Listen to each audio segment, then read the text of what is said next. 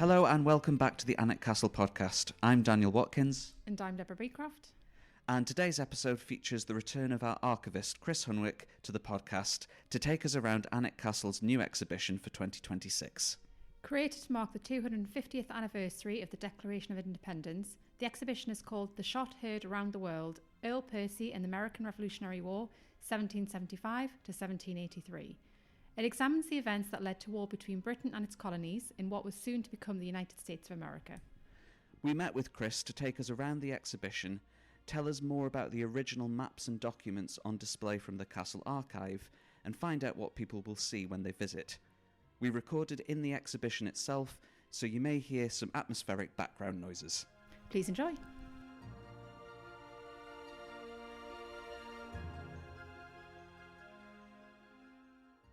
We are very happy to be joined once again on the Alnwick Castle podcast by our archivist, Chris Hunwick. How are you today? Very well, thank you. Morning. Morning. So we are here in the new exhibition about the American Revolutionary War. So I suppose the first question really is, why the American Revolutionary War?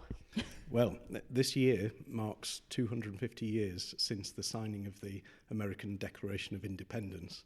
So we thought it was a fitting moment to examine Earl Percy's experience in that war. And who is Earl Percy, for those who don't know? Earl Percy was the eldest son of the first Duke of Northumberland, and perhaps this is the point to explain nomenclature. When he is young, he's known as Lord Warkworth, which is his courtesy title. But when his father is made first Duke of Northumberland in 1766, he then becomes Earl Percy. So for the purposes of this exhibition, we generally refer to him as Earl Percy for the avoidance of confusion. Yeah, makes sense. Later on, he goes to inherit the dukedom and he becomes the second Duke of Northumberland. So should we start looking around the exhibition, and you can tell me a little bit about why we have what we have out and what we have out at all, really? Yes. Okay. So we've just come into the breakfast room, and I'll just say a little bit about the atmosphere in here. We have a sort of cool blue colour. You can see a full moon and silhouetted trees. And this is a night scene chosen because of the operation at Lexington and Concord, which began in the middle of the night. It was supposed to be a surprise operation to take rebel ordnance. Unfortunately, word got out, and it turns into the opening battle of the American Revolutionary War. So we've got this atmospheric scenery to put you in that mood. Mm-hmm. Normally, there would also be a soundtrack playing, which is actors reading letters from the period between Earl Percy and his parents, Earl Percy and his commanding officers, and also some American witness statements taken after the Battle of Lexington and Concord, where the Americans tried to say the British opened fire first, and the British say the Americans did. Is this why the subtitle of the exhibition, or the headline, is The Shot Heard Round the World? Is this the shot? That is right. The opening of the American War of Independence, American Revolutionary War. The first shot was actually fired at Lexington. The shot heard round the world is a quote from Ralph Waldo Emerson, who wrote a poem. He actually talks about it at Concord, but as we know, Lexington was where the first shots were fired.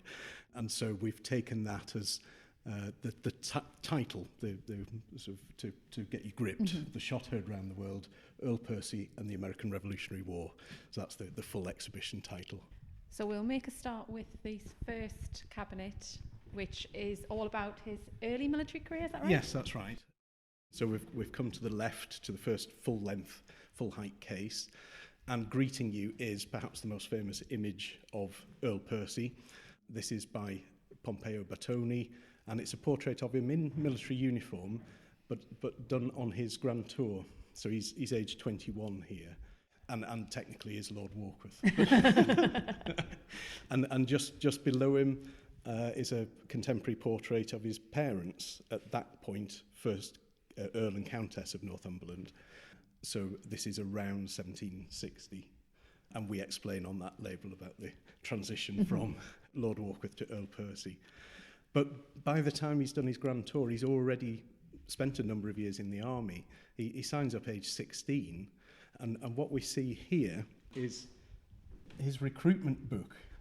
So this is now a year on in the army, and he comes to Alnwick to recruit a company of volunteers to go and serve in the 7 Years' War in Europe. And it's quite interesting. The third man named in the list is Patrick Venus, who is a miller from Denwick. And it tells you about his complexion and his height, and that he has a distinctive scar under his chin. And he is the first man that Lord Warkworth himself signed up.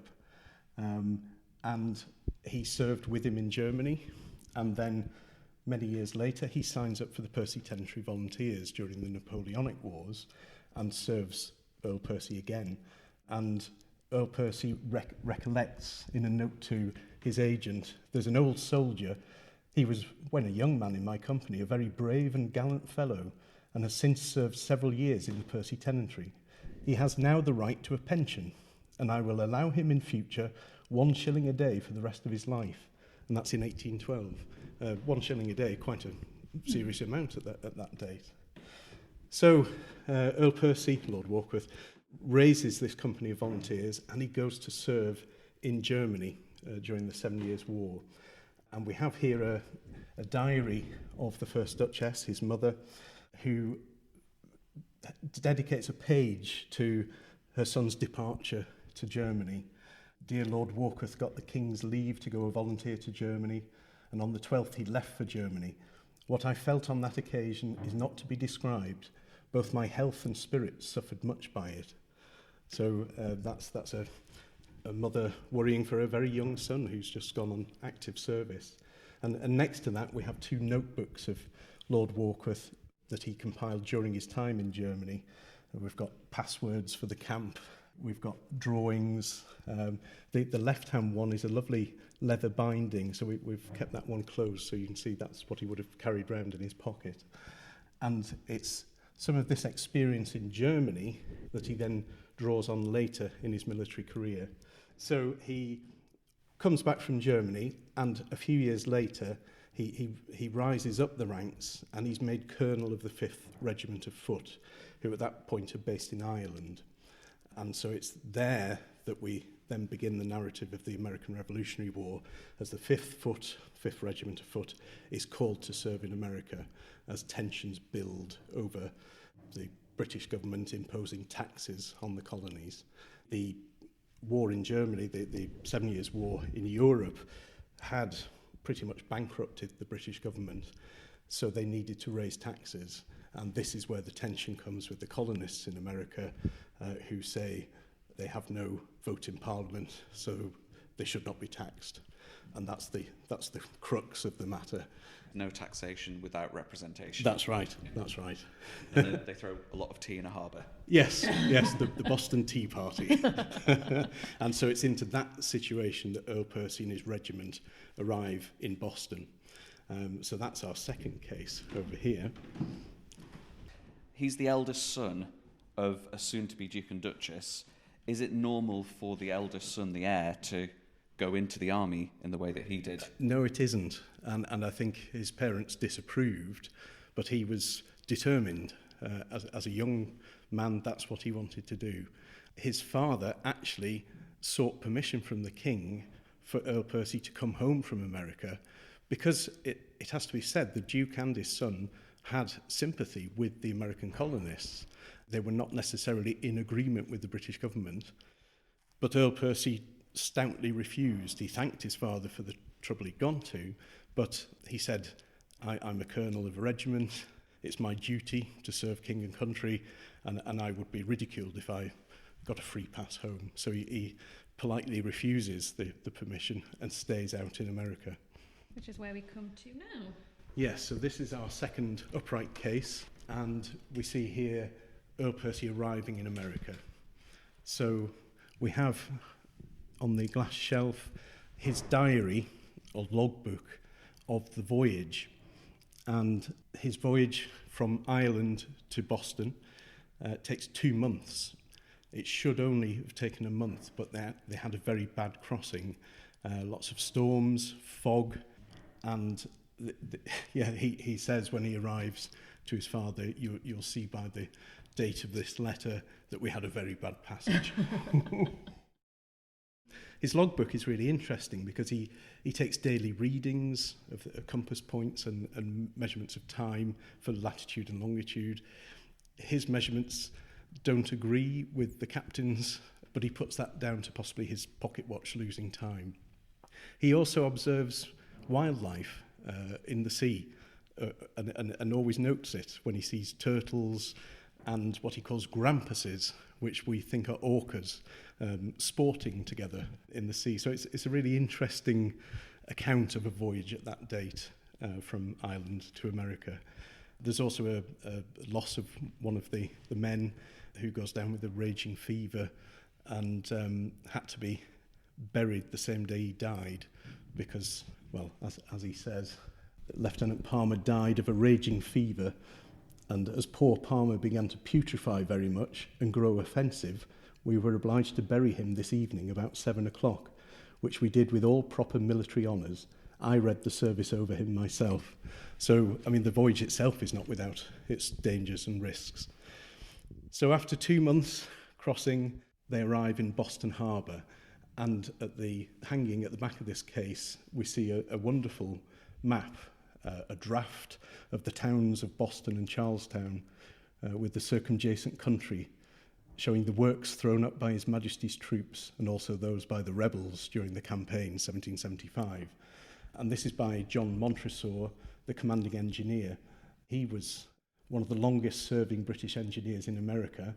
He drew around 2,000 maps between 1755 and 1778, many of which were then published. But this is an original map that was in Earl Percy's possession, and this is perhaps the place to say that Earl Percy gathered an amazing collection of maps of this period of America in particular.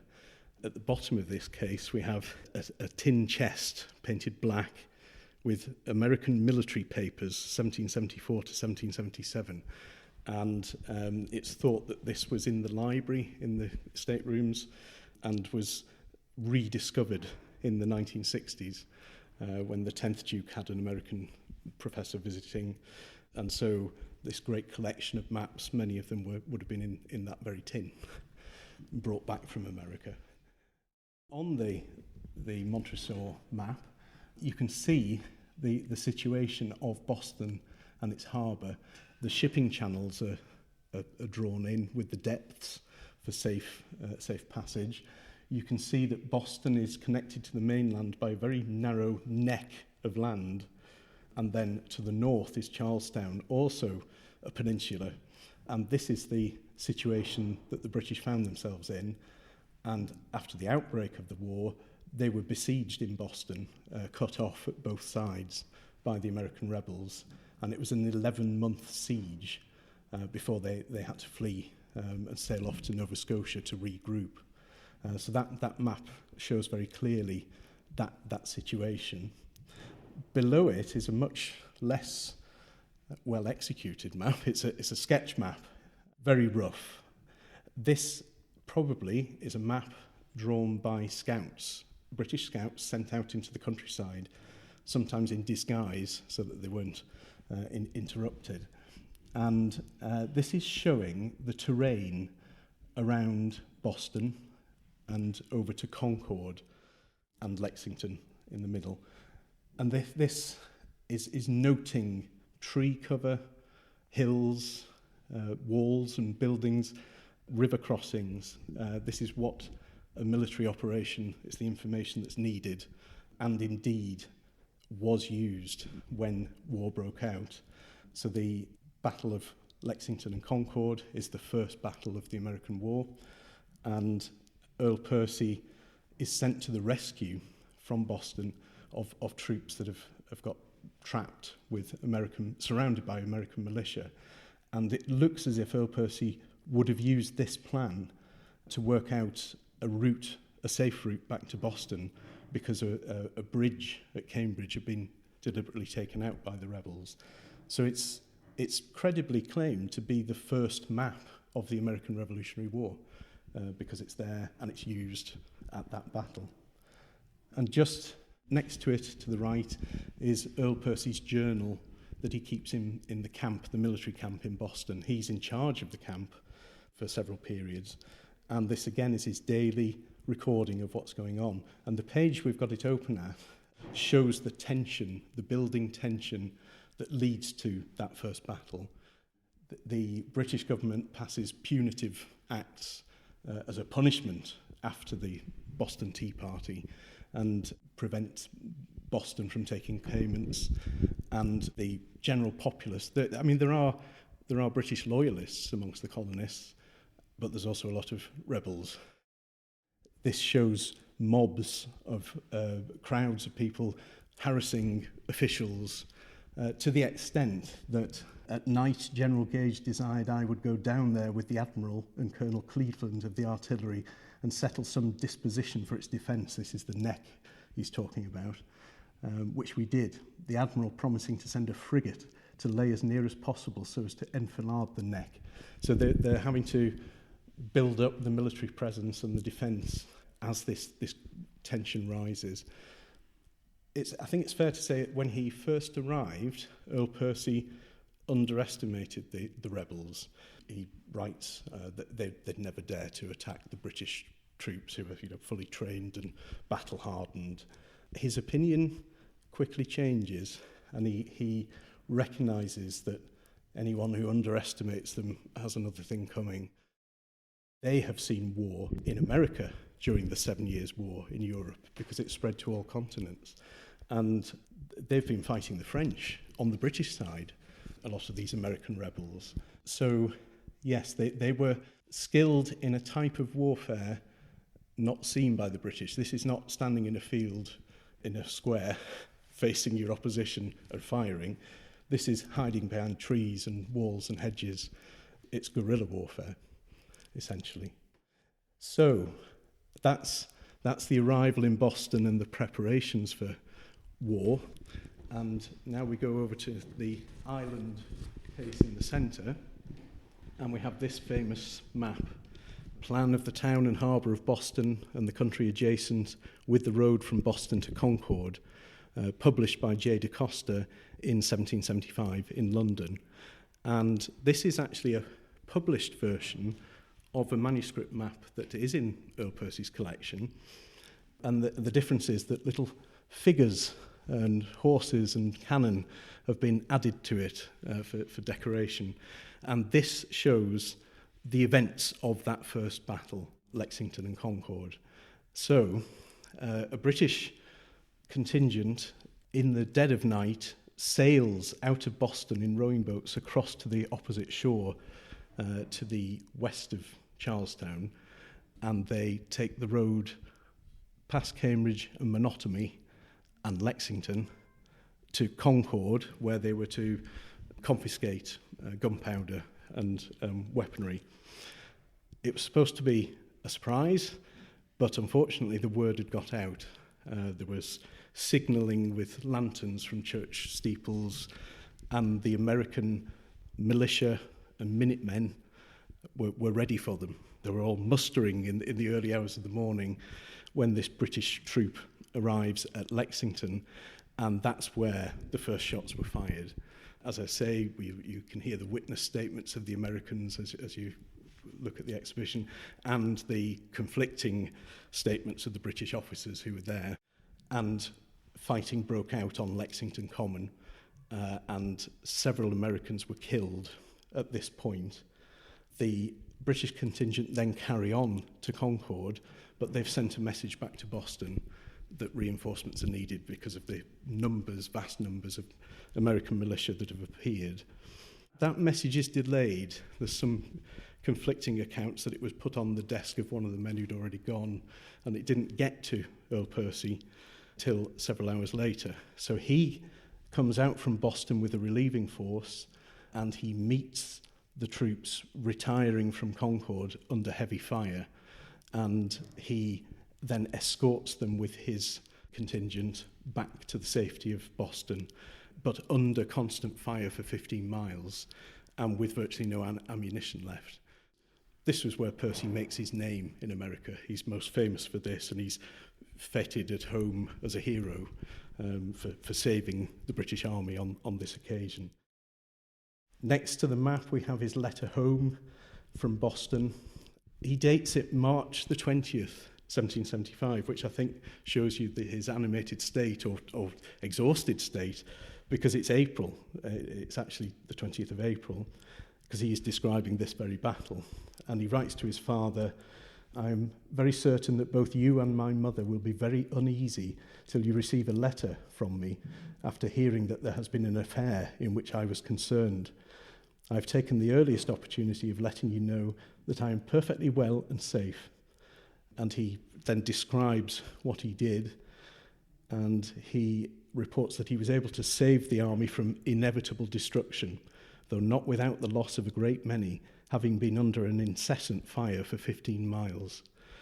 This battle and those events form the centrepiece of the animation that is also playing, specially commissioned in this room by Lizzie Everard, whom we've worked with before for exhibitions. And she has, in the centre of that, used this map and brought the figures to life on it. So we hope that the visitor will enjoy seeing that brought to life.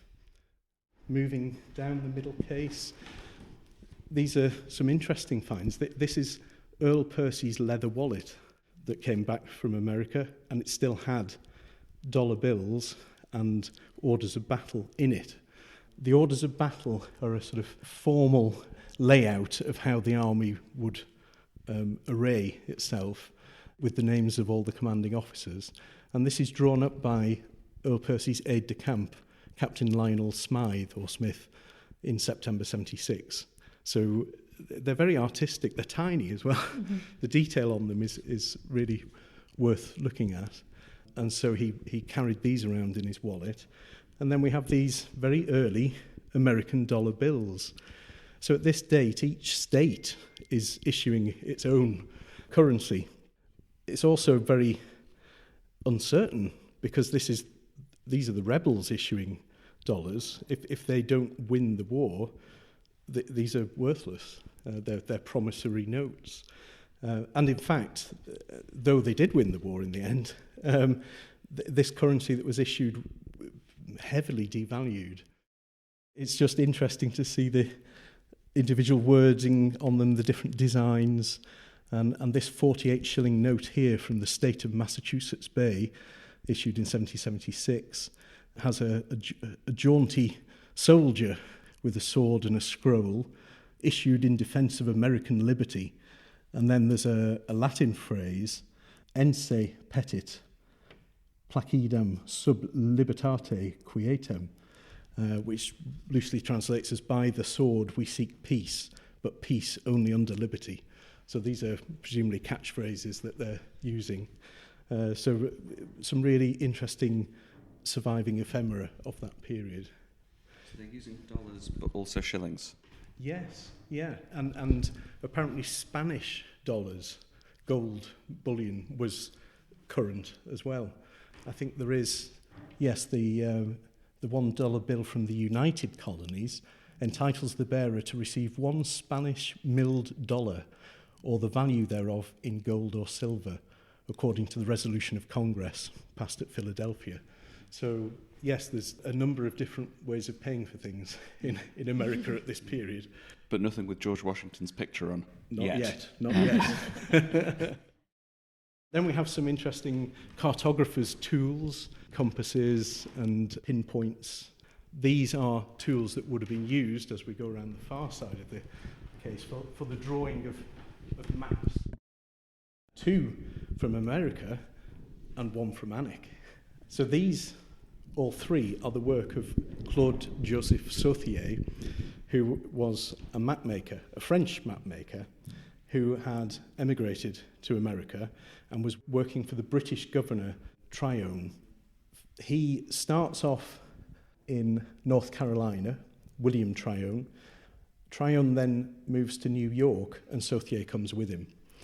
And this is where Earl Percy meets him, in New York, and Tryon recommends Sauthier to him, and he takes him onto his staff. He's obviously a very skilled surveyor and map maker, and his maps are very artistic. After the siege of Boston, the British Army sail up to Nova Scotia, and there they regroup for a few months before sailing back to invade New York. They land first on Staten Island, then they take Long Island, then they invade and take New York City before taking the whole of New York Island by the capture of Fort Washington. So these are the operations in 1776, and so Earl Percy is at the forefront of this. We've got the map by Sauthier of New York City. This is a splendid map. It shows New York as it was when His Majesty's forces took possession of it, with all the works the rebels did in the course of the preceding winter marked yellow.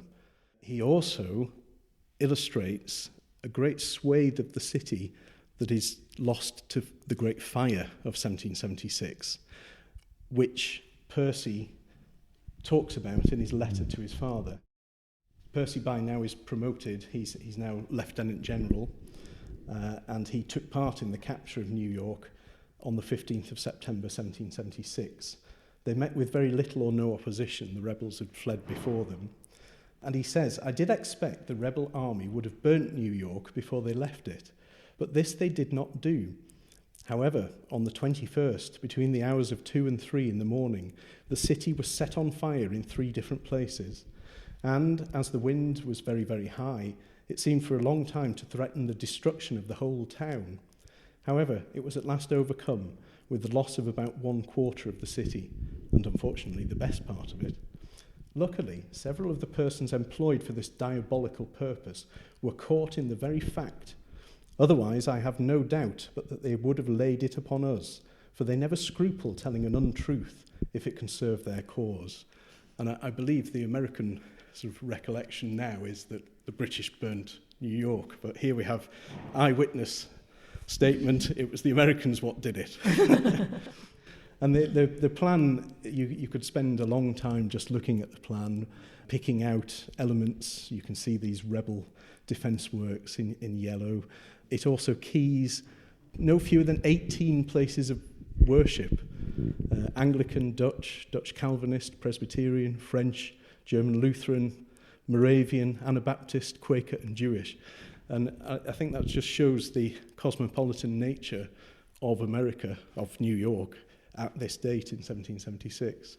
So it's a beautiful item, and I couldn't resist the idea of putting a map of Alnwick next to the map of New York, because Sauthier serves with Percy in America, and then he brings him back to Britain with him, and he goes on to map many of the ducal estates. This one here is the plan of the town and castle of Alnwick, with the domains and other lands there belonging to His Grace the Duke of Northumberland, surveyed in the year 1788 and drawn by Claude Joseph Sauthier. And so to see that next to City of New York is a nice juxtaposition. And this shows Alnwick, quite a small town with its castle, and across the river from the castle you see the work of Capability Brown. This is the landscape that is about 10 years on since he worked on it. You can see all the tree belts, clumps and specimen trees, and the gradients shown of the land that is shaped by Capability Brown, and the river as well has been straightened out. So that was a lifelong friendship, or certainly working partnership between Sauthier and Percy, and is one of the legacies that he brought back from America. As we move up to the top case, here we see the capture of Fort Washington. It's quite funny. This is Earl Percy writing to his father, 21st of November 1776. "We have at last got entire possession of this island. On the 16th of this month, an attack was made on the lines of the rebels, and a fort which they named after Mr. Washington." And it just, he's quite amused that they've named the fort after Washington. Percy is at the centre of this battle to take Fort Washington. He makes a frontal attack and drives the rebels from 3 lines of entrenchments into the fort, where they are taken prisoner. "We took on that occasion above 3,000 prisoners and 37 pieces of cannon. The troops under my command suffered very little loss, We pressed them so hard after we drove them from their first line that they never had time to fling themselves into the others. 1 officer killed and another wounded, 4 privates killed and 11 wounded of the British troops, 1 private killed and 4 wounded of the Hessians, is the whole amount of the loss of my corps. So Hessians were the German mercenaries or assistants that were paid to support the British during the war. And Percy is amazed that he's taken that many prisoners with the loss of so few of the men under his command. Lieutenant General Kniphausen comes from the rear of the Fort Washington. He sustained more losses, and in fact Fort Washington for a time is called Fort Kniphausen before it changes back. But it's interesting that this encounter was the one that Percy was proudest of. A few weeks later he writes to his father, "If I really have had any merit in any of the actions in America, it was on the day when Fort Washington was taken. It required coolness in conducting my attack, or else I should not have carried so many of the rebel entrenchments with so little loss." That's his proudest moment in America, though I think he's more famously known for Lexington. And next to that letter we have another of Sauthier's maps, this time a printed one. It's published, and it's a topographical map of the north part of New York Island, exhibiting the plan of Fort Washington, now Fort Kniphausen, with rebels' lines to the southward, which were forced by the troops under the command of the Right Honourable Earl Percy on the 16th of November 1776, and surveyed immediately after by order of his lordship, by Claude Joseph Sauthier. Again, it illustrates the troop movements. You can see Fort Washington in its star shape in the centre, and it's keyed with where Earl Percy was and where the other troops were. The collection of American maps here is really quite superb, and we hope American visitors in particular will enjoy seeing them. While this is happening at the end of 1776, things are happening at home with Percy's parents that he's not aware of at this point, yes, being over a month's voyage away. That's right. So he is still writing to his parents very frequently. What he doesn't know is that his mother, the First Duchess, has died in early December. He is still writing to her in late February of the following year, and that's a reflection of the time it takes for communication at this date across the Atlantic. In this day and age, when communication is instant, that's really quite hard to grasp. It seems that for the best part of 3 months, he was unaware that his mother had died. After New York, he's dispatched to Rhode Island with General Clinton to invade and take charge of the island. And that's our case here in the top right corner. He does very well. General Clinton, who's with him, departs for Britain mid-January 77, and by that Percy then is in sole command, and he's quite proud of this. He writes to his father, "By the General's departure, the command of the detached corps upon this island devolves upon me, and as it is entirely separated from the army at New York, it is a very flattering circumstance for me at my age." And he's very young to be a general in command, and he sees, he acknowledges that. Unfortunately, this is where things begin to sour. So William Howe was the commander-in-chief of the British forces. He was still in New York, and he starts sending orders to Percy and Clinton, but again, we have the delay in communication. Letters between New York and Rhode Island vary greatly in how long they take to get there. Some letters arrive within 3 days, others take as long as 14 days. So orders are being sent and replies are being sent, and they're crossing in the sea. and so this exacerbates what was already a bit of a tricky situation. There are various threads to it. Sir William Howe asks Percy to send half his troops back to New York because they're required. Percy thinks they're needed for the defence of Rhode Island because he has intelligence coming in from spies that rebel forces are gathering to invade. Supplies are requested by Howe to be sent from Rhode Island to New York, and Percy is informed by his commissary that there's not enough to send, that they'll starve on Rhode Island. I think the worst thing... and then Percy's made various appointments to fill up positions that are empty, and Sir William Howe writes to him and says, no, that's not required, dismiss them immediately. So there's a real breakdown in the relations between the Commander-in-Chief and Earl Percy. It seems that prior to that they were on quite friendly terms, and indeed Earl Percy sort of looked up to Sir William Howe.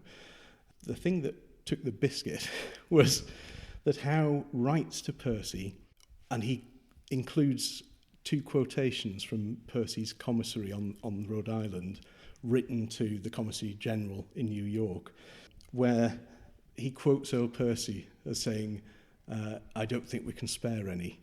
And there's another one where it seems that Percy is disobeying orders.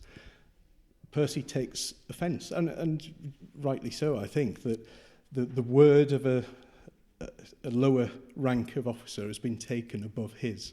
In other words, he's being accused of lying by the Commander-in-Chief, and this he will not accept, and so he seeks leave to return to England.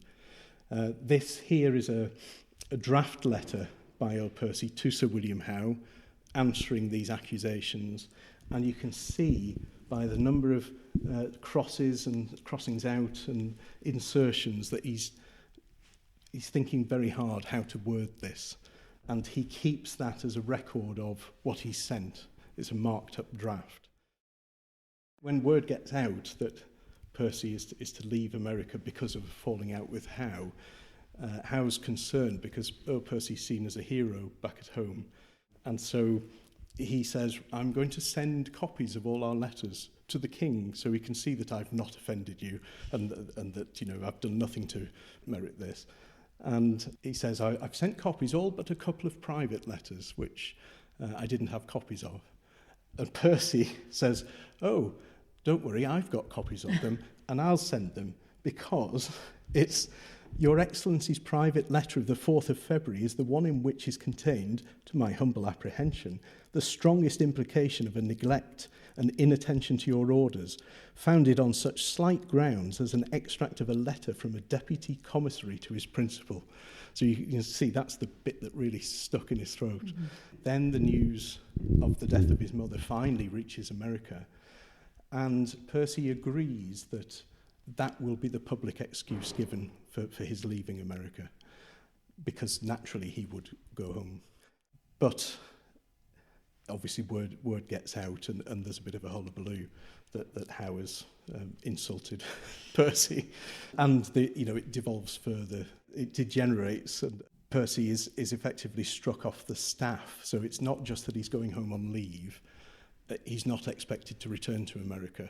And again, if you read the letters to and fro, Howe says you can go home, and if you don't wish to serve on the staff any longer, I'll consider you've left it. And Percy says, oh, well, if he's striking me off the staff, I can't take an ADC on the ship with me.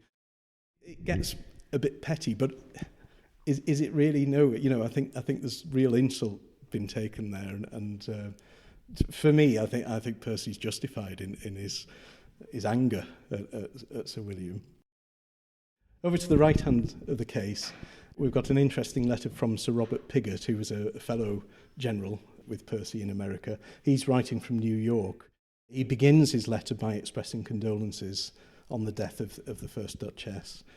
But the other side gives us a little glimpse of social life in the army at this date. He says, Mrs. Clark is gone to Ireland. She left us yesterday. I fear we shall miss her, for she kept us all alive, those who could keep late hours, I mean. What do you think of my singing at half an hour after 4 a.m? We cannot make a rake of Lord Howe, though we've got him to a supper party and kept him there till 1.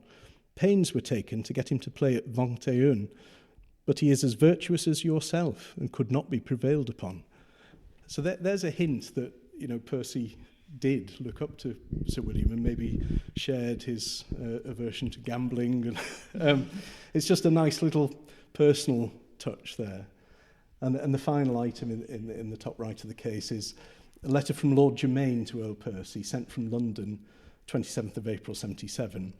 And in it, he's saying, yes, the king has granted permission for you to come home, but I urge you to reconsider and to stay in America, where you've made your reputation and given great service to the king, and it's full of civilities. The letter goes out to Rhode Island. Earl Percy's already left, so it comes back to Britain. And Earl Percy, as is the custom at this date, folds letters up and then puts a note on the back. He says who it's from, what the date is, and then a little summary of the content. He says in a rather sardonic note that this is from Lord Germain, wishing me to continue longer in America and full of civilities from His Majesty and himself, received some time after my return to England. So the final case is the return to England and the legacy that Percy brought with him. So we have a case here showing a letter from the High Sheriff, well, a letter to the High Sheriff from Earl Percy, accepting the proposal that the 5th Regiment of Foot should carry the name of the Northumberland Fusiliers. That was proposed because of his strong connection. He was one of the longest serving colonels of the 5th Regiment. It was seen as very fitting that they should carry the name Northumberland. And that link, comes right down to today. The Duke's younger brother, Lord James, is the honorary colonel of the 6th Battalion, and the Northumberland Fusiliers have a museum here at the castle in the Abbot's Tower. In the centre, we see items related to the Percy Tenantry Volunteers. So this is the Napoleonic Home Guard that the Duke raised from his own tenantry, an army of 1,500 men who could be called upon at short notice to defend these shores from the French. It never actually happened, but they were trained and ready. And you can see the influence of Percy's experience in America in his training of this force. He's drawing on those guerrilla tactics used by the militia and Minutemen in America. So he teaches them how to hide in hedgerows and to use cover. And the uniform is green, not red, so it'll blend in with the country. It's camouflage.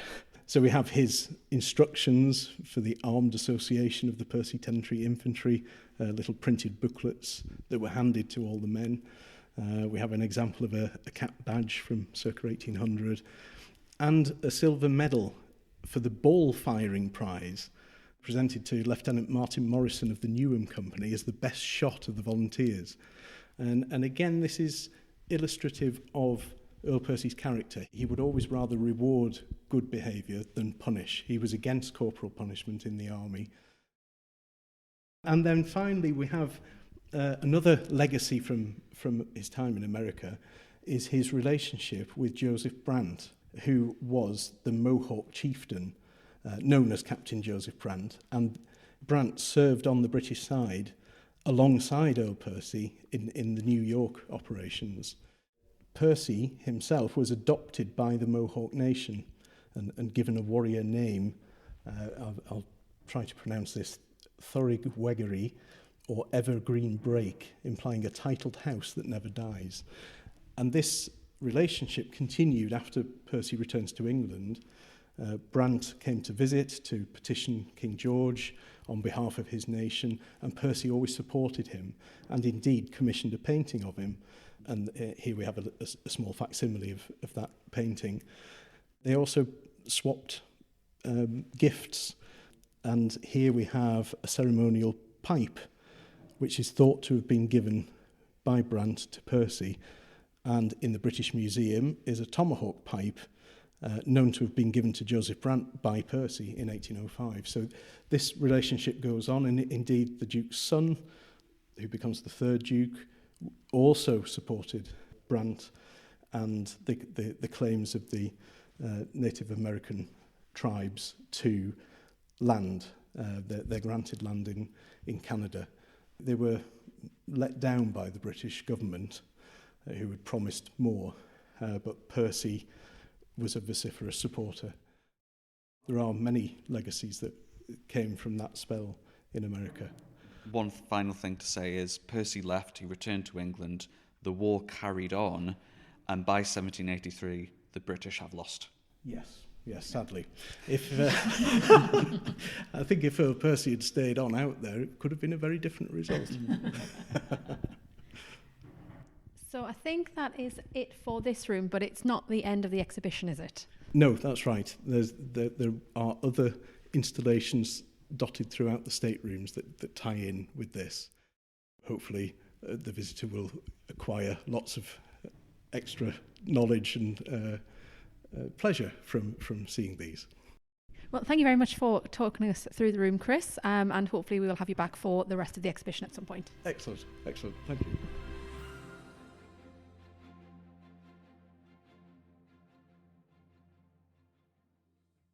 If you'd like to visit the exhibition, you'll find it inside the breakfast room within the staterooms at Alnwick Castle. For more about Earl Percy and his time in America, please head into our back catalogue and look for episode 81, The Road to Lexington, and for his later life as the Duke, we recommend episode 32, The Second Duke of Northumberland. We'll be back next month when we'll continue the theme of Alnwick Castle's links with America. Until then, I've been Daniel. And I've been Deborah. Thank you very much for listening and goodbye. Goodbye.